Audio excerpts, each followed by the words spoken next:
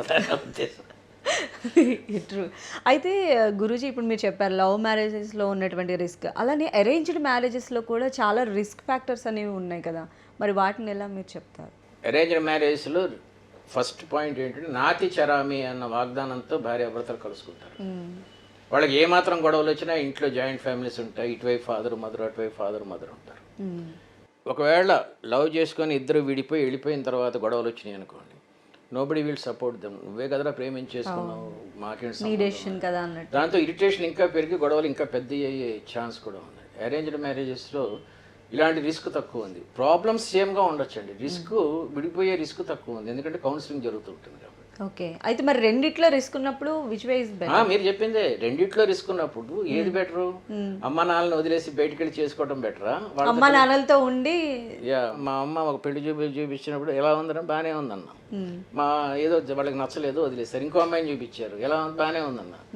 ఇంకొక అమ్మాయిని చూపించారు, ఎలా బాగానే ఉందన్న. ఏంటంటే అందరూ బాగానే ఉంది. అవునమ్మా, వాళ్ళు ఎలా ఉంటాడో నాకు పెళ్లి చూపుల్లో ఏం తెలుస్తుంది, కలిసి ఉంటేనే కదా తెలిసేది.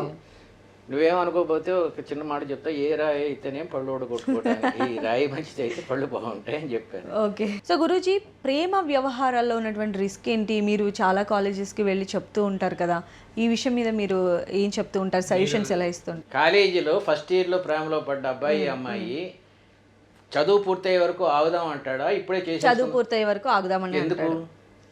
అప్పుడు స్టాండర్డ్ ఉంటుంది. స్టాండర్డ్ అంటే కాళ్ళ మీద నిలబడే శక్తి వస్తుంది కదా. అప్పుడు ఈ అమ్మాయి ఆగుదాం అంటుంది కదా, ఈ అమ్మాయి కూడా ఇంట్లో చెప్పడం భయమే కదా. చదువు పూర్తయిన తర్వాత ఏదో కొన్ని అనివార్య కారణాల వల్ల ఒక అబ్బాయికి తల్లి సూసైడ్ చేసుకుంటాను అనవచ్చు, లేకపోతే ఈ అమ్మాయి అంటే మొహం మొత్తచ్చు, ఏదైనా జరగచ్చు కదా.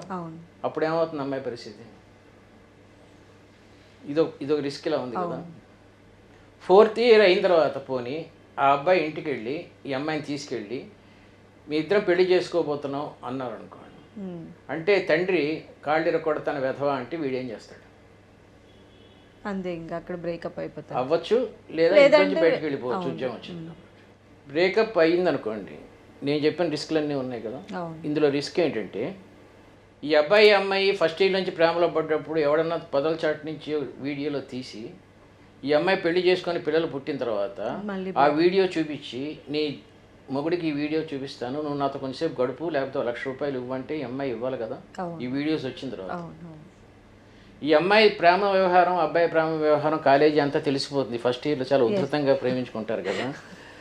అప్పుడు ఈ అమ్మాయి బ్రేకప్ అయిన తర్వాత ఇంకొక అబ్బాయి ఈ అమ్మాయి గురించి ఎంక్వైరీ చేస్తే వాడికి ఈ విషయం తెలుస్తుంది కదా. డెఫినెట్గా తెలుస్తుంది. వాడు పర్లేదు, ఎవడైనా పర్లేదు అని అనుకుంటే ఓకే, వాడు కొంచెం నా భార్య నాతోనే పవిత్రంగా మొదటి నుంచి ఉండాలనుకున్నట్టయితే లాస్ట్ మినిట్లో పెళ్లి క్యాన్సిల్ అయ్యే ఇది ఉంది కదా. ఇది రెండో పాయింట్.